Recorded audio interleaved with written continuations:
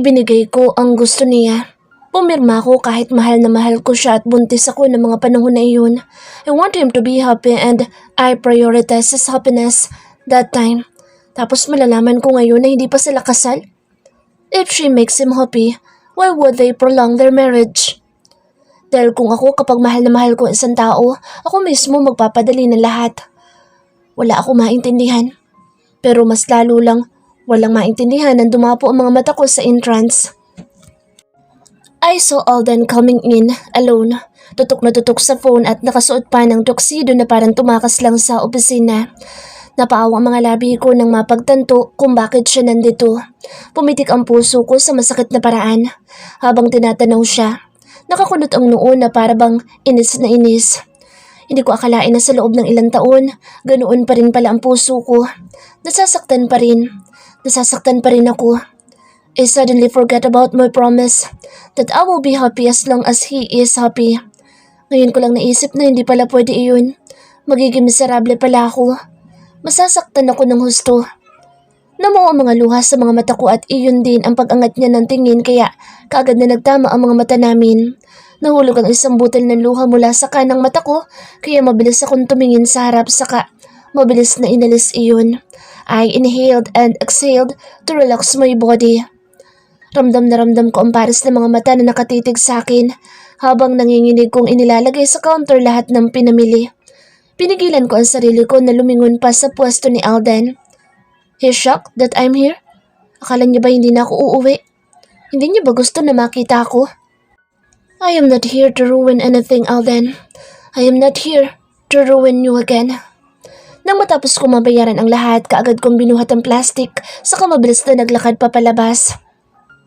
Amber, nalaki ang mga mata ko saka biglang napahinto dahil sa boses na iyon. Did I hear it right? Napalunok ako sa kadahan-dahan na nilungon kung saan nagmula ang boses ni Alden. Dahan-dahan siyang humahakbang papunta sa akin kaya mas lalo lang akong hindi mapakali. Gusto kong tumakbo paalis pero hindi ko magawa. Napaawang ang labi ko dahil sa pagbanggit niya sa pangalan ko. Seryoso lang siyang naglalakad papunta sa akin. I suddenly want to run and hug him so tight but I can't. Muling namuo ang mga luha sa mga mata ko habang nakatingin sa kanya. He can't read his eyes. I don't want to read his eyes. Pero bago pa siya makalapit sa akin, may biglang humawak sa braso niya kaya natigil siya sa paglalakad. Napatingin ako sa babaeng humawak sa braso niya at ganoon na lang pagkadismaya ko nang makita si Michelle. Dahan-dahan akong tumalikod sa katuloy-tuloy na lumabas. Dala ang pusong nasasaktan. Muli dahil sa kanila. I thought I was okay. Hindi pa pala. Akala ko kaya kong sumaya para sa kanya dahil yun ang itinanim ko sa isipan ko pero hindi pala. Nakalimot lang ako sandali. Naging abala lang ako kaya ako nakalimutan sandali. Pero nasasaktan pa rin pala ako. Tulad ng dati, walang nagbago. I am still hurting. Tayo na po. Utos ko sa driver nang makasakay na sa kotse. Napapikit ako ng mariin saka doon ko hinayaan na tumulo ang mga luha ko na kanina ko pa pinipigilan. Bakit ba ikaw pa rin, Alden? Bakit hindi kita kayang kalimutan? Ano bang meron sa'yo? Pag-uwi ko sa bahay, pilit kong inayos ang sarili ko. I won't let them see that I am hurting again. Nang makababa ako sa kotse, masaya ako sa nalubong ni Thea. Pero napangiti na lang ako nang kunin niya ang mga dala ko. Saka mabilis na hinalukay ang laman ng malaking plastic. Mom, you should have bought a lot. Reklamo niya pa nang makita na konting chocolate bars lang ang binili ko. Hindi ko nalang pinansin si Thea. Kinuha ko ang ibang pinamili ko saka dire-diretsyong umakyat papunta sa kwarto ko. I sighed when I entered my room. Inilagay ko ang 2 palad sa mukha sa kamarahas na bumuga ng hangin habang ginagawa iyon. Thinking about Alden can make me crazy. It would literally make me crazy. Ilang minuto kong pinakalma ang sarili ko bago ko inasikaso ang mga pinamili. Inilagay sa kwarto ni Thea ang para sa kanya, saka sa banyo ko naman ang para sa akin. Habang hinahalungkat ko ang wallet ko, nalaki ang mga mata ko sa gulat at kaba nang makita na wala doon ang isang debit card ko. Hinalugog kong lahat ng secret pocket pero kulang talaga ng isa ang mga cards ko. Napaawang ang labi ko nang maalala na yun ang ginamit ko kanina. Nahulog ko ata. Dali-dali akong tumakbo papunta sa baba. Mom, I lost one of my debit card. Babalikan ko po muna sa grocery. Mabilis na sabi ko kaya mabilis na tumango si Mommy. Mommy? Why are you running? I forgot something, baby. Stay with your abuela, okay? Marahang sabi ko kaya walang pakialam na lang siyang tumango at nagpatuloy na sa pagkain ng chocolate na siyang binili ko kanina. Marahan akong tinanguan ni Mommy kaya nagmadali na rin akong lumabas para pumunta sa kotse na siyang ginamit ko rin kanina. Manong, balik po tayo sa grocery store kanina. Sabi ko habang nagkakabit ng seatbelt. Mabilis din kami nakarating sa grocery store kung saan ako namili kanina. Kagad ako dumiretso sa entrance para kausapin ng guard. Good morning po. Nahulog ko po yata dito kanina ang debit card ko. May nag-report po ba? Magalang na tanong ko pero napakurap lang ang guard habang nakatingin sa akin kaya mahina akong tumikim na siyang naging dahilan na bigla niyang pagiging aktibo. Po? Nanginginig na tanong niya kaya napalunok ako bago nagsalitang muli. Ang debit card ko po kasi nahulog kanina. Magtatanong lang po sana ako kung may nag-report. Ulit ko pero marahan lang siyang umiling. Wala po akong alam, ma'am. Sasamahan ko na lang po kayo sa manager. Nahihiyang sabi niya habang namumula ang leeg hanggang sa tenga. Thank you. Sinamahan niya ako papasok ng grocery at doon kami dumiretso sa pinakalikod kung saan may isang pinto. Dito po, ma'am. Marahan akong tumango nang pinihit niya ang doorknob. Nauna siyang pumasok sa loob kaya nahihiya na rin akong sumunod. Kagad kong namataan ang isang matabang babae na nakaupo sa isang swivel chair. Magandang umaga po, manager. Bati ng guard kaya mabilis na tumayo ang babae saka ngumiti ng matamis habang nakatingin sa akin. Good morning po. Bati ko kaya tumango siya ng mahina habang hindi nawawala ang ngiti sa mga labi. What can I do for you? Mahina akong tumikim sa kamarahan na tumango sa guard para magpasalamat kasi akma na siya lalabas. Nang makalabas ang guard, wala sa sarili akong naglakad patungo sa lamesa ng manager nila, saka binigyan siya ng palakaibigang ngiti. I lost my debit card earlier. Here in your store. I wanna ask if someone reported upon seeing it. Marahan niya akong itinuro sa upuan na nasa harap ng lamesa kaya umupo din ako ng maingat. Mahina siyang tumango saka umupo din sa swivel chair niya. Saka may kinuhang isang card at inilapag iyon sa harap ko kaya tiningnan ko. It was a calling card pero walang pangalan ng may-ari. Napaawang ang labi ko sa pagtataka habang nakatingin sa card. Yes, someone reported it earlier. He asked me to give this card if someone will claim it. Gusto ko sanang kunin pero siya na lang daw magbabalik kasi kilala ka niya. I know that he is telling the truth. So I let him. This, call him. Nanlaki ang mga mata ko, saka maingat na kinuha ang calling card. Sino naman? May isang taong pumasok sa isipan ko pero kaagad ko yung inalis dahil alam kong imposible. Did he drop his name? She shook her head and laughed a bit. No, but he told me that you two were friends. Kahit naguguluhan, nagpasalamat pa rin ako. Kahit gusto ko magreklamo na dapat kinuha niya na lang dahil siyang manager nitong store. Sino naman na kakilala ko? Magalang pa rin ako na nagpaalam kahit ganoon. If I were her, I would get the card instead of receiving the number. Problemado na lang na bumalik ako sa kotse habang nakatitig sa calling card. Sino naman to? Kahit nagdadalawang isip, mabilis kong kinopya ang number sa cellphone ko saka pikit mata na tinawagan iyon. Hello? Maingat na panimula ko nang sagutin na may-ari ang tawag ko.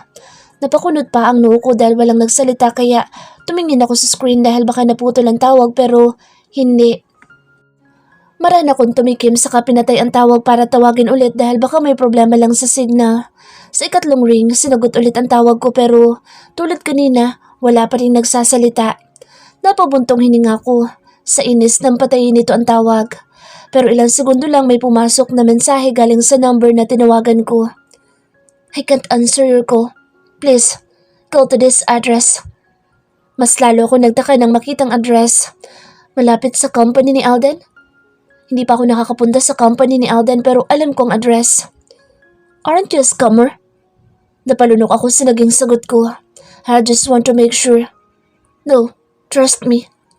Marahang kumabog ang puso ko sa nabasa. Bigla din akong hindi mapakali sa hindi ko alam na rason. Si Alden ba to? But that's impossible. Muli kong tinignan ng address na pupuntahan ko daw. It's a high-end restaurant. Malapit sa Abuevas Holdings. Tinignan ko sa Google Map ang location at tama nga ako na malapit lang sa company ni Alden. Napalunok ulit ako dahil sa kaba, saka pinatay na lang ang phone ko ng tuluyan. Should I take a risk? O shutdown ko na lang ang account na iyon? Pagkarating ko sa bahay, kaagad ko sinabi kay mommy ang nangyari. The manager is unprofessional. Inis na komento niya na sinang-ayunan ko. Pupuntahan ko ba, mom? Tanong ko na tinutukoy ay ang nakapulot. Nakakapanindig balahibo. Kung kilala niya naman pala ako, dapat ibinigay niya na lang, di ba? Ayoko mag-isip na masama pero baka scam nga ito. I don't know. Sabihin natin sa dad mo mamaya. Suggestion ni mommy na ikinatango ko na lang. Hinintay namin na makauwi si daddy. Saka sinabi ang problema ko. Hindi gaya namin ni mommy na mukhang nababahala si daddy. Kalmado lang at kampante na parang hindi nag-aalala. Meet him. Bring a lot of bodyguards. Sabi niya lang kaya nagkatinginan kami ni mommy. Okay. Sabi ko na lang saka nag-isip kung tatawagan ko ba ulit ang number mamaya o huwag na lang. Kinagabihan, naisip kong tawagan ang number pero walang sumasagot kaya nag-send na lang ako ng message para sabihin na pupunta ako. I will meet you in your said location, sir. Mahina kong inilapag ang phone sa bedside table pagkatapos. Hindi ko maiwasang isipin ko sino nakapulot. Gusto kong matawa dahil pinipilit ng utak ko na sana si Alden. Pero alam kong hindi dahil kapag siya nakapulot, sigurado akong ipapahatid niya lang o kaya ibibigay sa manager. I know him so much. Hindi siya ang tipo ng tao na magpapaka-misteryoso. Alam kong hindi si Alden iyon.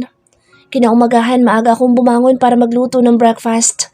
Saglit ko munang sinilip ang anak ko na tulog pa rin bago tuluyang bumaba at si mommy kaagad ang namataan ko na nagluluto sa kusina. Mom, no sugar please. Paalala ko na makita na gumagawa siya ng dessert. I know. Tumulong ako sa kanya sa pagluluto pero hindi nagtagal. Bumalik na rin ako sa taas para silipin ulit si Thea. Napangiti ako nang maabutan ko siya na kinukusot ang parehong mga mata. Mommy? Inaantok na sabi niya na makita ako. Kaagad siya nagtaas ng kamay para magpabuhat kaya binuhat ko din siya kaagad. Good morning. Bati ko saka hinalikan siya sa pisngi ng marahan. Mahigpit siyang yumakap sa leg ko sa kabahagyang kumurap na parang nilalabanan ng antok. Dinala ko siya sa baba at nang makarating kami sa living room, bumaba siya mula sa pagkakabuhat ko. I don't like them. Masungit na sabi niya sabay turo sa mga unan na hindi nakaayos sa ibabaw ng couch, kaya natawa na lang ako. The little spoiled brat is finally awake. Tell that to your abuelo. Natatawang sabi ko pero umirap lang siya kaya hinawakan ko na lang sa kamay para dalhin na sa dining hall at naabutan namin doon sa mommy at daddy na nakaupo na. Kaagad na humalik sa Thea sa kanila at nagsumbong ng kung ano-ano na nagpapanguwi na lang sa akin. She's ranting some random stuffs she doesn't like to my father. At si daddy naman, tango lang ng tango na parang susundin pa lahat ng sinasabi ng anak ko. Dad, huwag mo sundin. Sabi ko habang nilalagyan ng pagkain ng plato na Thea na busy sa pagsusumbong ng mga hindi niya gusto. No! My wicked daughter shouted at me. Matapos namin kumain ay pumunta na sa trabaho si daddy at ako naman ay naligo na para sa lakad ko mamaya. Where are you going, Mom? Taas kilay na tanong ng anak ko habang nakahiga sa kama ko. Napakunot ang noo ko sa kamarahan na kinuha ang towel na nakapulupot sa ulo nito para patuyuin ang buhok. I will meet someone. Can I come? No. Umirap siya sa akin nang sinabi ko iyon kaya napangiti na lang ako. Fine, but I want mooncake. Huminga na lang ako ng malalim saka pinanood siyang naglalakad palabas ng kwarto ko. My daughter is really bossy. Matapos kong magbihis, kaagad kong tinignan ng phone kung may message ba ang nakapulot ng debit card ko. Nang makita ko na wala, ako na mismo ang nag-message para makasigurado. I will meet you today. Are you still fine with it? I need my debit card back. 10:30? Mabilis din ito nag-reply kaya napahinga ko ng maluwag. Yes, see you. I chose to wear a royal blue fitted dress, and my 2 inches stiletto, and I decided to wear a thin, white cardigan to match it with my white handbag. Naglagay din ako ng natural look na makeup. Nang matapos ako sa pag-aayos, tinignan ko ang sarili sa full-length mirror. Napaawang ang labi ko nang makita ang kabuang ayos ko. Para ako may dadaluhan na espesyal na lakad. Bakit ako nag-ayos ng ganito? Gusto ko sana magbihis pa kaso naalala ko ang oras. Napapikit na lang ako nang mariin sa kanagpasya na bumaba na. Mom, lakad po muna ako. Yes, bring some bodyguards please. Sabi ni Mommy habang hawak ang kamay ng anak ko na nakabusangot. Okay Mom. Sabi ko saka mabilis na lumapit sa kanila para patakan ng halik sa pisngi ang anak ko.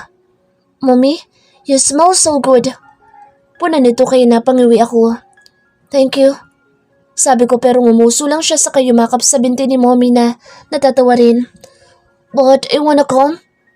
Giit niya kaya umiling ako. No baby, we will shop soon, okay? She rolled her eyes. Fine. Pareho kaming natawa ni Mommy sa naging reaksyon ng anak ko.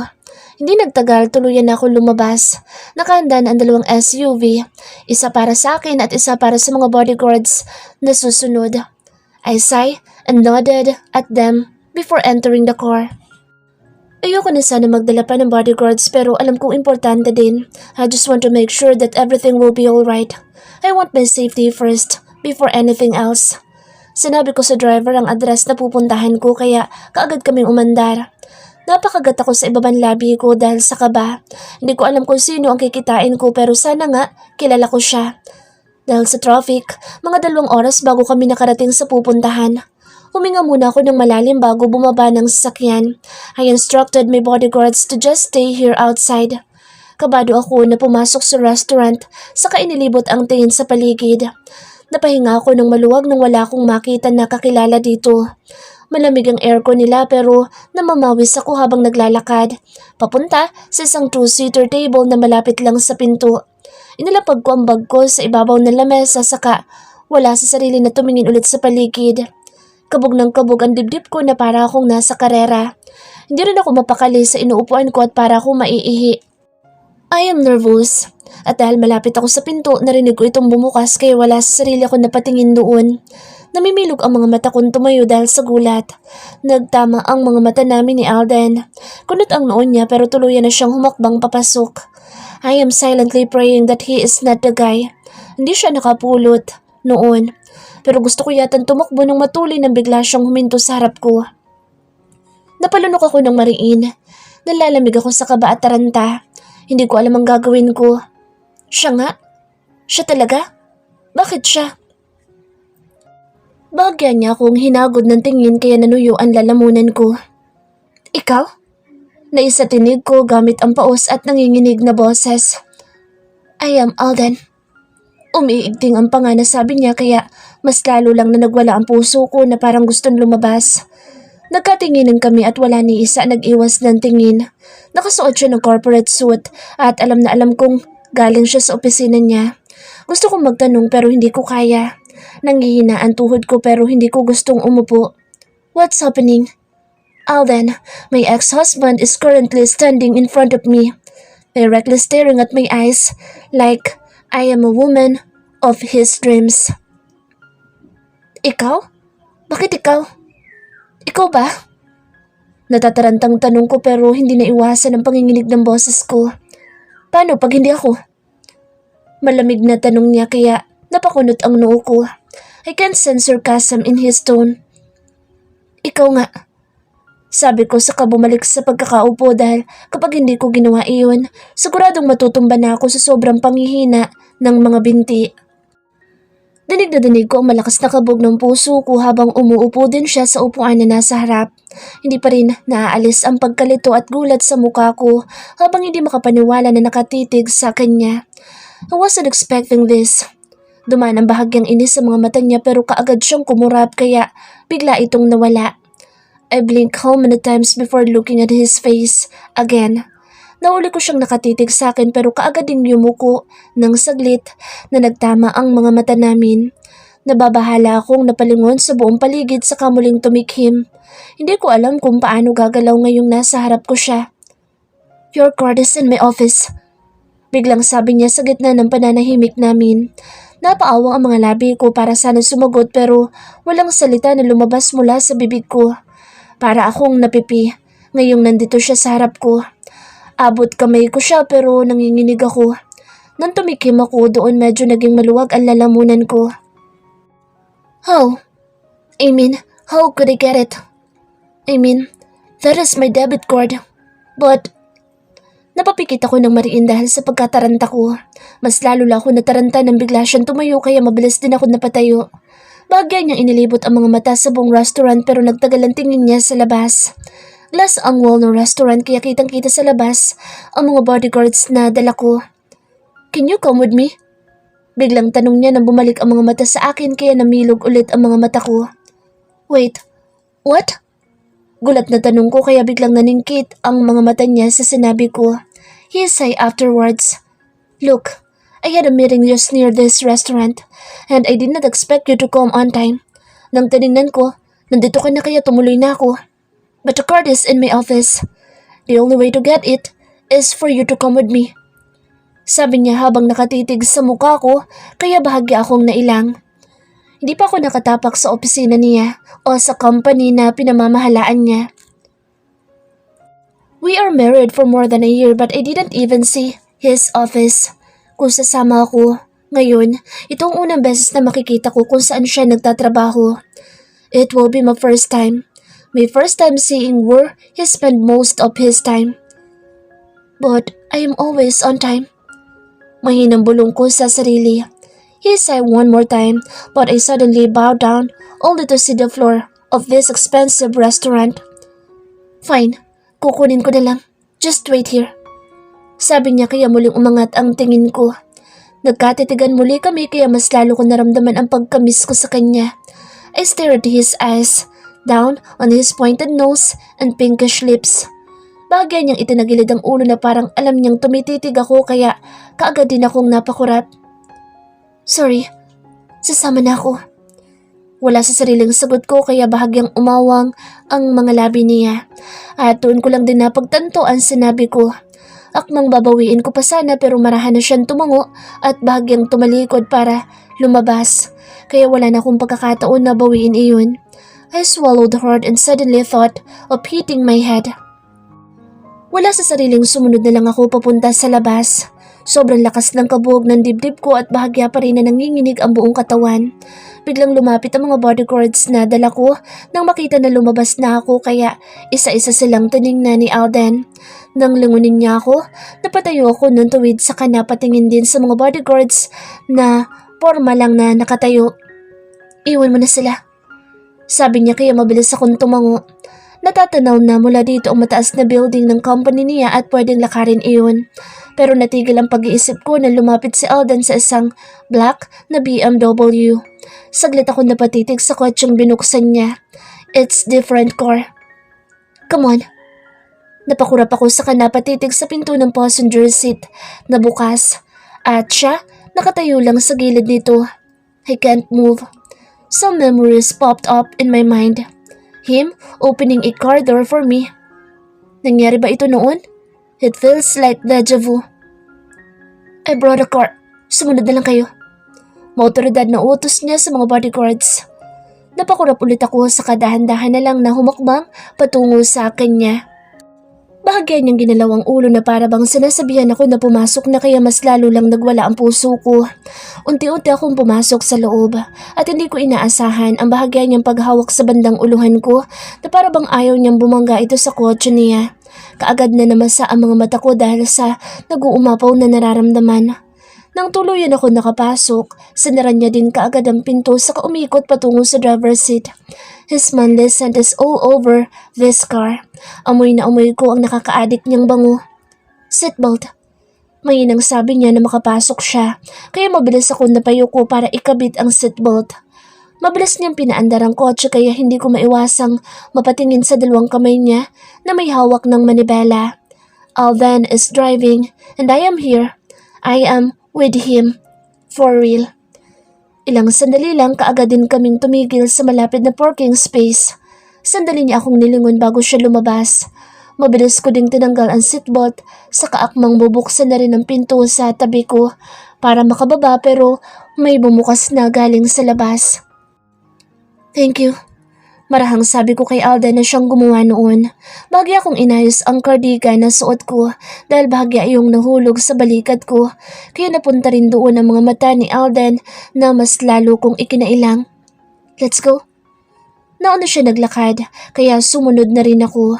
Binati siya ng guard na nasa entrance pero hindi niya pinansin kaya ngumiti na lang ako nang nahihiya sa guard nang ako naman ang batiin niya. The cold and snob Alden is still the same. Pansin ko lumingon ng halos lahat ng nandito sa ground floor sa amin. Nanlaki ang mga mata ko nang may napagtanto. Alam kong kalat noon sa lahat ng news networks, magazines at newspaper ang kasal namin.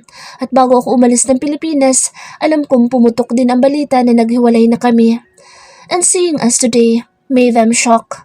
Siguradong nagtataka ang mga nakakaalam. Hinayaan ko muna si Alden dahil naiilang ako sa mga mata na nakatutok. He has a girlfriend and I must distance myself. Pero nang makarating kami sa harap ng nakasarang elevator, marahan niya akong sinulyapan. Are you sure that it's fine that I am here? Tanong ko pero kumunot lang ang noon niya, saka pa simpleng inilipat ang tingin sa likuran ko. It's fine.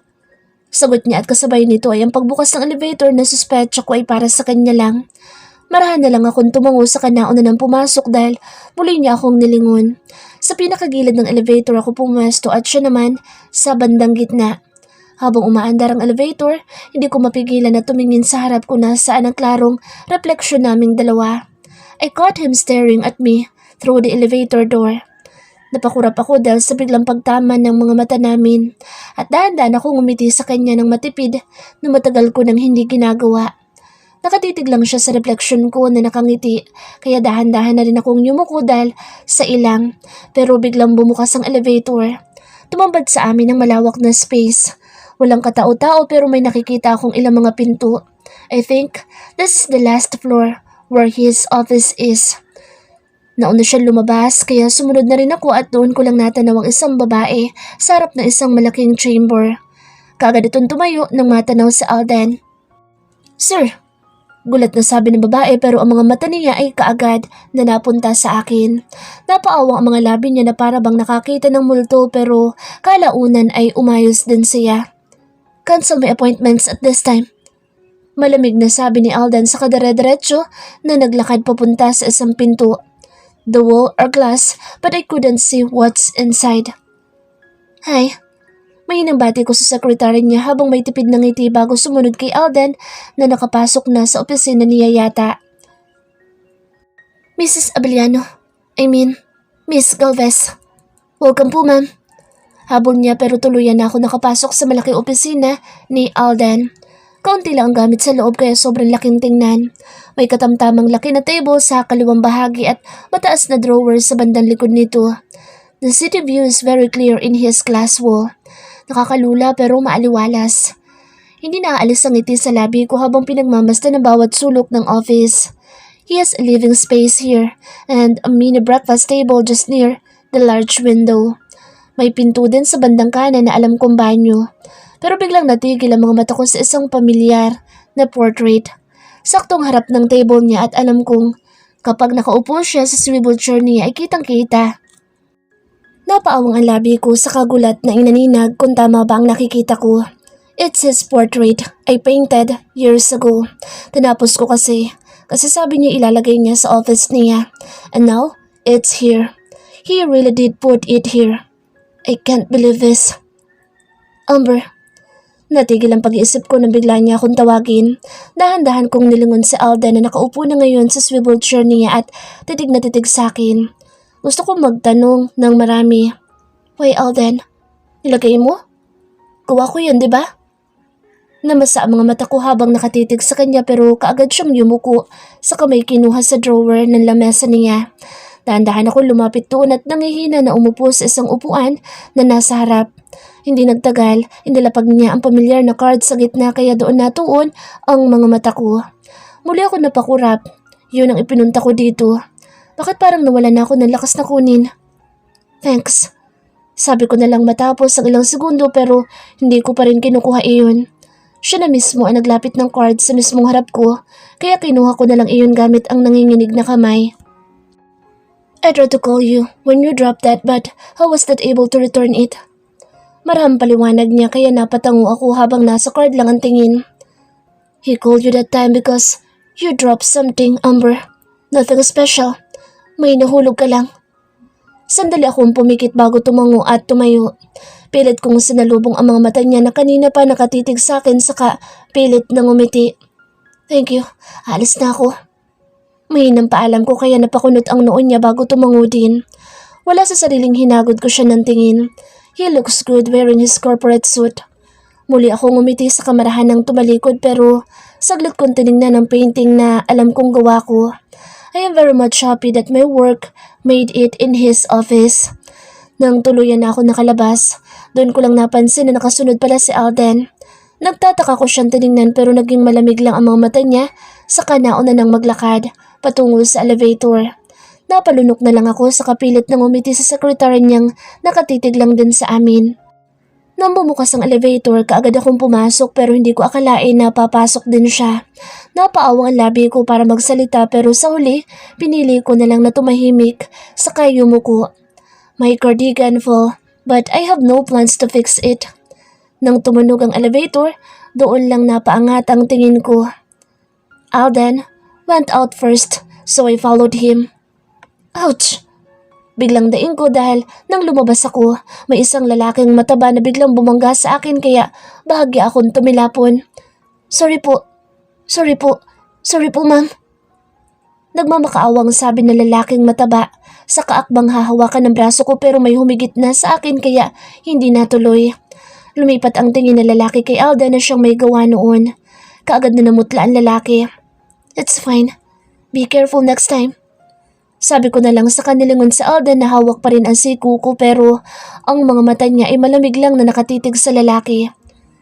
Sir, see you in my office later. Malamig na sabi ni Alden kaya biglang tumulo ang mga luha ng lalaki at mabilis na kumaripas paalis. Hindi makapaniwalang napatingin ako kay Alden dahil sa sinabi niya. Binitawan niya na rin ang siku ko kaya napaharap ako sa kanya.